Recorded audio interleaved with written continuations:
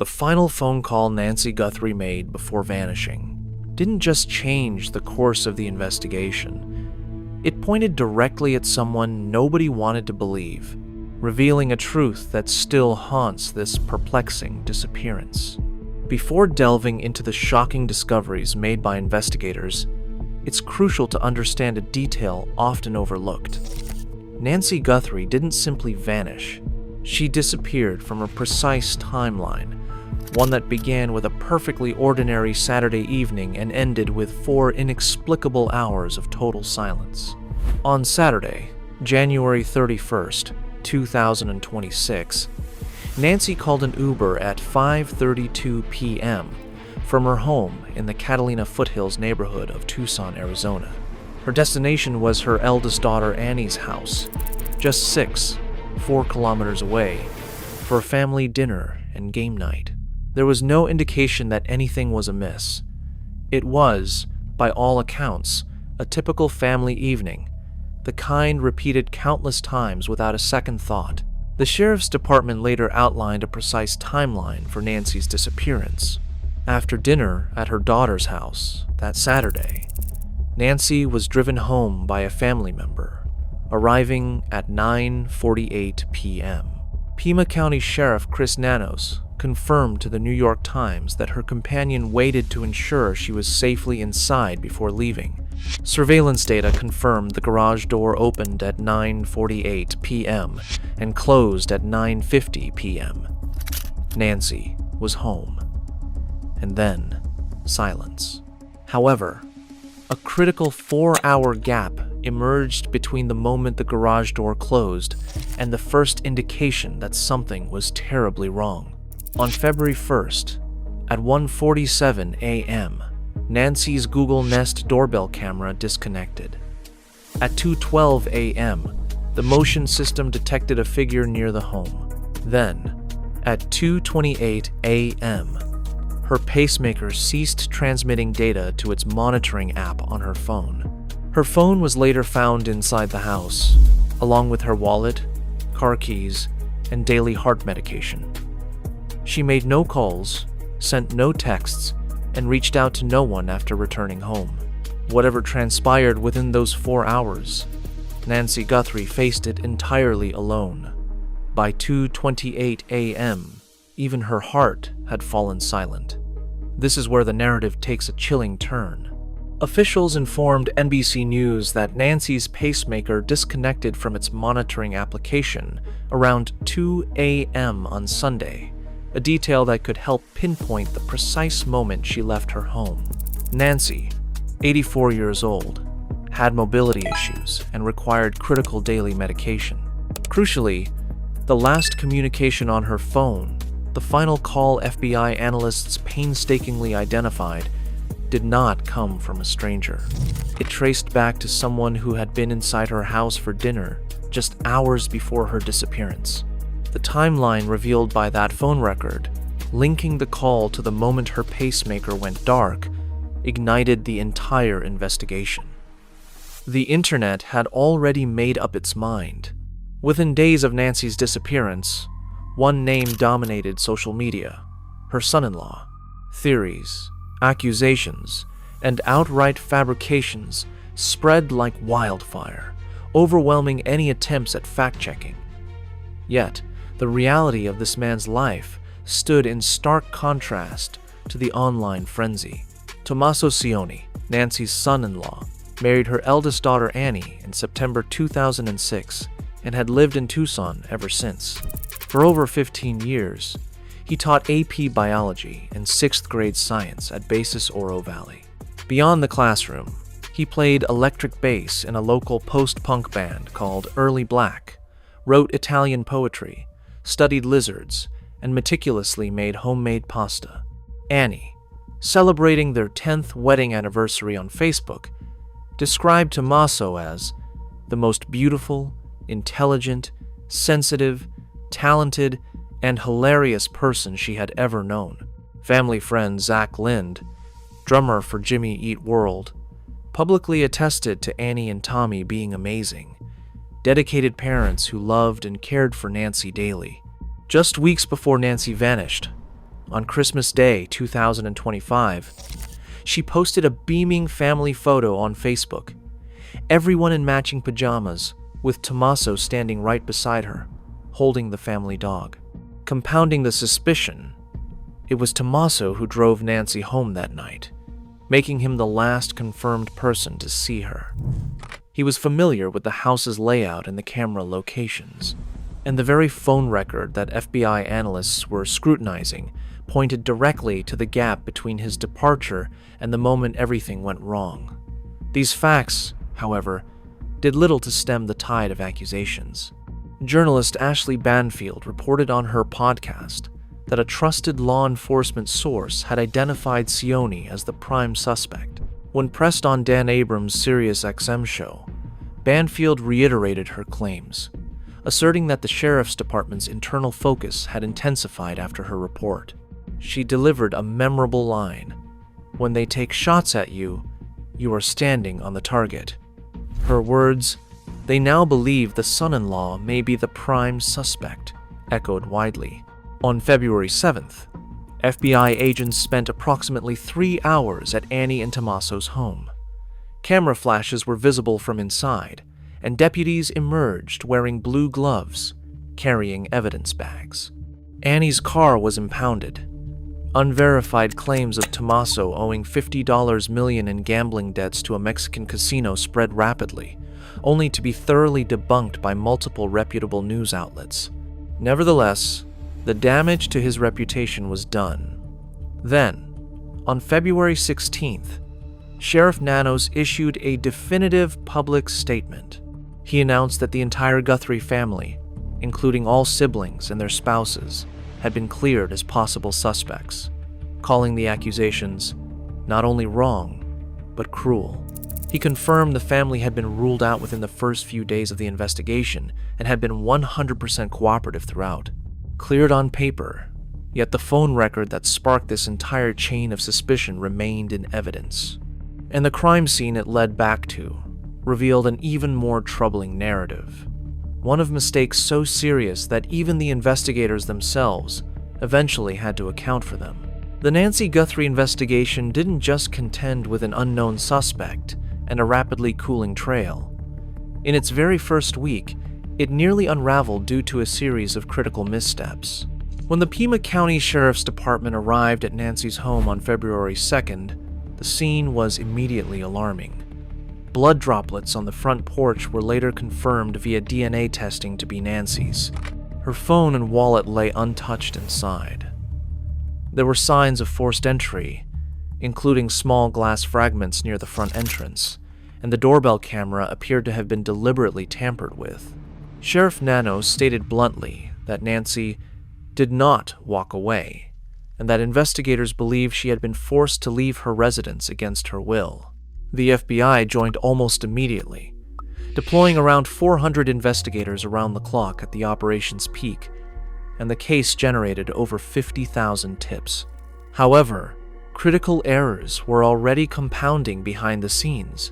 The crime scene was released prematurely, a fact Nanos himself admitted.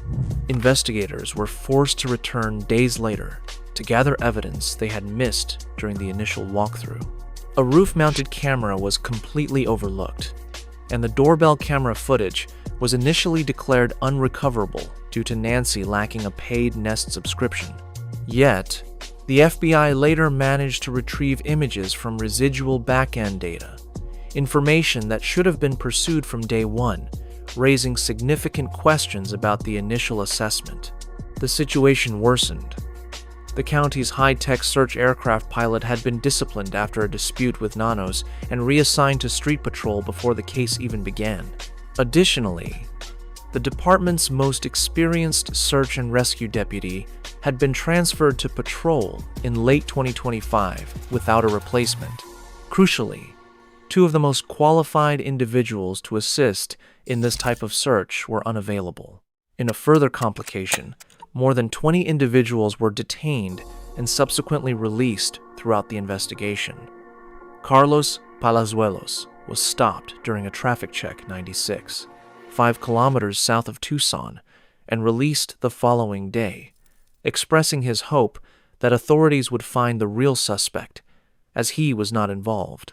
Luke Anthony Daly was apprehended during a full SWAT operation at a Residence 3, 2 kilometers from Nancy's home, alongside his seven-year-old mother. He was held for hours before being released, with his attorney confirming no link to the case whatsoever. Dominic Evans, an elementary school teacher and drummer in Tommaso's band, became a target for online theorists who claimed his physique matched a figure in the doorbell footage. He told the New York Times he felt his name had been exploited for clickbait and entertainment while innocent people got hurt. All the while, the actual suspect remained a grainy silhouette. The FBI released 4 black and white images of the suspect: a male, approximately 1.75 to 1, 78 meters tall, of average build, wearing a ski mask and gloves. He was carrying a distinctive black Ozark Trail backpack, sold exclusively at Walmart, and had a visible gun holster. The suspect's height was further specified as 1.75 to 1.80 meters, weighing up to 104 kilograms. His shoes appeared large, possibly a size 12, deduced from the tile size. His clothing also provided intriguing clues, particularly the unique stitching on his ski mask. Whoever this person was, they had done their homework, aware of the cameras, and prepared for precisely this kind of night. But then, the case took an even stranger turn. The ransom note left behind, delivered not by mail or phone, but by email, contained details so specific that even seasoned FBI veterans admitted they had rarely encountered anything like it. The most unsettling detail was directly linked to Nancy's last phone call. The ransom demands, totaling $6 million in Bitcoin, arrived not through traditional channels but via emails sent to CBS, Tucson affiliate KOLD-TV, a second Tucson station, and TMZ, spaced roughly 12 hours apart. Each message escalated, revealing an alarming amount of insider knowledge. TMZ founder Harvey Levin provided the most detailed public account of the first note's contents, visibly unsettled as he described how the letter precisely outlined the kidnapper's demands, the consequences of non-compliance, and a structure of escalating deadlines. The note demanded $6 million in Bitcoin, included a verified Bitcoin wallet address, and set 2 separate deadlines. The first at 5 p.m. on Thursday, February 5th, related to the demand itself. The second at 5 p.m. on Monday, February 9th, tied to a more serious, unspecified consequence. However, what made that note truly terrifying wasn't the sum of money, but the author's intimate knowledge.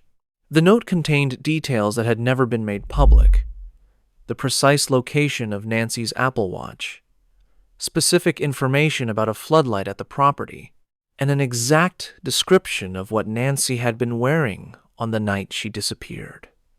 The grammar was impeccable, structured and layered. A retired FBI agent reviewing the document noticed another intriguing detail. The author consistently used the abbreviation USD for dollars, a term Americans rarely use in casual communication. This suggested either a foreign-born writer or a deliberate misdirection from someone sophisticated enough to consider linguistic fingerprints.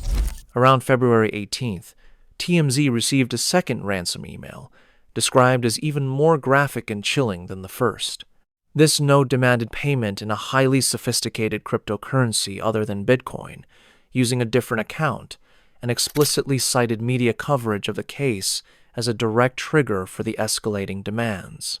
The author was clearly monitoring the news, adjusting and responding. Simultaneously, a separate series of emails arrived from someone claiming not to be the kidnapper, but to possess information about them, offering it for 1 Bitcoin, roughly $70,000.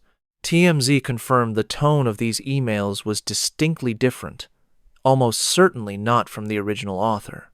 Further complicating matters, Derek Colella, a 4D, 2-year-old man from Hawthorne, California, was arrested after directly texting Annie Guthrie and Tommaso Cioni. "Did you get the Bitcoin? We are waiting on our end for the transaction." The FBI traced the message to his Gmail account, and he was charged with transmitting a demand for ransom in interstate commerce, having no connection to the actual kidnapping, but simply exploiting an opportunity. Both real deadlines passed without confirmed payment or further contact from the actual kidnappers. CNN analyst John Miller pondered this silence, offering a haunting explanation. This may have begun as a planned home invasion that went completely sideways and was re-engineered into a kidnap for ransom scenario, because the suspect's options had suddenly narrowed to nothing. The ransom notes were entirely digital, offering no handwriting to analyze or paper to trace. But then, a crucial piece of physical evidence emerged: a single black glove discovered in an open field 2 kilometers from Nancy's home. What the FBI found inside it was about to fracture the forensic investigation in an entirely unexpected way. If this case is ever solved, the answer will almost certainly lie with the evidence currently undergoing laboratory analysis. The forensic evidence in the Nancy Guthrie case has been both its most promising lead and its most frustrating aspect. Blood on the front porch was confirmed by DNA testing to belong to Nancy Guthrie, unequivocally proving that violence occurred at her home. During searches of the surrounding area, investigators recovered approximately 16 gloves in total. While most belonged to volunteers, one black glove, found roughly 2 kilometers from Nancy's home in a field near a roadside, appeared to match what the masked suspect was wearing in the doorbell footage. The FBI extracted a DNA profile from this glove, revealing an unknown male with no match in CODIS, the FBI's national DNA database. Despite running this DNA through a national database containing roughly 22 million samples, no match was found. This lack of a match suggested the suspect had never been arrested for a qualifying felony. But then, an even stranger detail emerged. The DNA from the glove did not match the unknown DNA recovered from Nancy's property. 2 distinct samples, 2 different profiles. This raised the deeply unsettling possibility that more than one person was involved in what transpired inside that house. Inside Nancy's home, the forensic picture became even more complicated. While most recovered DNA belonged to individuals with legitimate reasons to be there, family members, landscapers, service workers, several samples contained mixed genetic material from multiple individuals. This created processing difficulties that standard lab techniques couldn't untangle. Instead of being sent to the FBI's facility at Quantico, the samples were routed to a private lab in Florida. Former Chief Deputy Richard Castigar didn't mince words, stating that all evidence should have gone to Quantico from the beginning, and that the decision to send it elsewhere was a mistake. Forensic science professor April Stonehouse at Arizona State University meticulously analyzed these numbers, describing what she saw with a quiet precision that haunts investigators. The sample, she explained, likely contained approximately 90% of Nancy's own genetic material and only about 10% from a potential suspect. Separating such a faint signal from so much noise isn't merely difficult. It's the kind of ratio, she stated, that defines whether a case gets solved or goes cold. Yet, C.C. Moore, chief genetic genealogist at Parabon Nanolabs, offered a glimmer of hope. Even if standard DNA profiling failed on that 10% suspect material, the same sample might still yield a profile suitable for investigative genetic genealogy, the very technique that cracked the Golden State Killer case after decades of dead ends. Forensic scientist Peter Valentin of the University of New Haven pushed the argument further, suggesting that if multiple people entered Nancy's home, there must be physical evidence of their presence beyond DNA. Hair, fibers, or trace materials that do not degrade in the same way biological samples do. The labs, he urged, need to look beyond the obvious. As those crucial samples undergo analysis and reanalysis in a Florida facility, The clock continues to tick. The masked figure with the Walmart backpack remains unidentified. The phone record that initiated this entire saga, the last call that placed investigators on a specific timeline and a specific name, still hasn't yielded a public answer. And the one person in this story who felt Nancy's absence most acutely was about to speak in a way that captivated and stunned the entire country. Savannah Guthrie had spent her entire career on the other side of such stories. Every morning, millions of Americans watched her deliver news about others' worst days. But on February 4th, 2026, she was no longer the anchor. She was a daughter, consumed by the unknown fate of her mother. She stepped away from every professional obligation, including a planned role co-hosting the 2026 Winter Olympics opening ceremonies, to focus entirely on finding Nancy.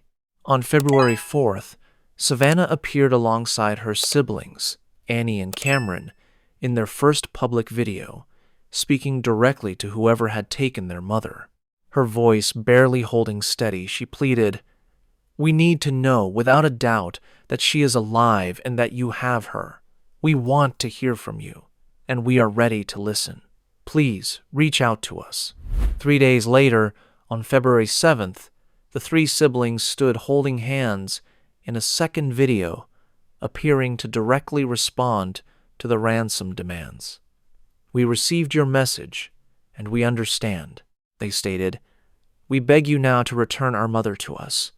This is very valuable to us, and we will pay." However, the statement delivered on February 24th marked a profound shift. Savannah announced a $1 million family reward and then, for the first time publicly, articulated what everyone had been quietly fearing. "Every hour and minute and second and every long night has been agony," she tearfully shared. "We still believe in a miracle. We still believe she can come home. We also know she may be lost. She may already be gone. She may have gone home to the Lord she loves, dancing in heaven with her mom and dad." Simultaneously, the family donated $500,000 to the National Center for Missing and Exploited Children. Throughout this agonizing period, Annie Guthrie chose a different path. While she appeared in the family videos, she never served as the primary spokesperson, gave no individual interviews, and made no statements addressing the suspicion directed at her husband. Her silence was interpreted in myriad ways: a legal strategy, an act of family loyalty, or simply the crushing impossibility of publicly defending her spouse while privately grappling with the unknown fate of her mother. On March 2nd, day 30, Savannah, Annie, and Tommaso walked arm in arm to the growing tribute of yellow flowers outside Nancy's home. Audible sobbing was captured on camera as they left a handwritten note. "Mama, we miss you so much. Our hearts are broken. We are standing on ash, on scorched earth. But Mom, though we are surrounded by so much darkness and uncertainty, our love burns bright. We love you, Mommy, our best friend." Earlier, on February 4th, President Donald Trump personally called Savannah following an NBC interview, offering federal resources and later speaking publicly about the search. Savannah subsequently posted that the $1 million reward could be paid entirely in cash and that tips could remain completely anonymous. The family had exhausted every avenue, begging publicly, offering a fortune, and allowing their grief to become a national event. Yet, as the case moved into its second month, the most important question remained precisely where it began: that final phone call, the one FBI analysts meticulously focused on, the one that led back to a specific name, a precise timeline, and a 4-hour gap that no one has been able to account for. The intricate details of that call, who made it, what was said, and what transpired in the hours that followed, remain at the core of everything investigators are working to uncover. Nancy Guthrie's phone is in evidence. Her pacemaker data is in evidence. The phone record is in evidence. The glove DNA is still being analyzed in a Florida lab. The masked figure with the Walmart backpack remains unidentified. And Nancy Guthrie has not come home. You have just witnessed the intricate details of this case, laid out from the inside. Now, after everything you've heard, after every detail this perplexing call unlocked, do you believe investigators are closing in, or is something crucial in this timeline still being missed?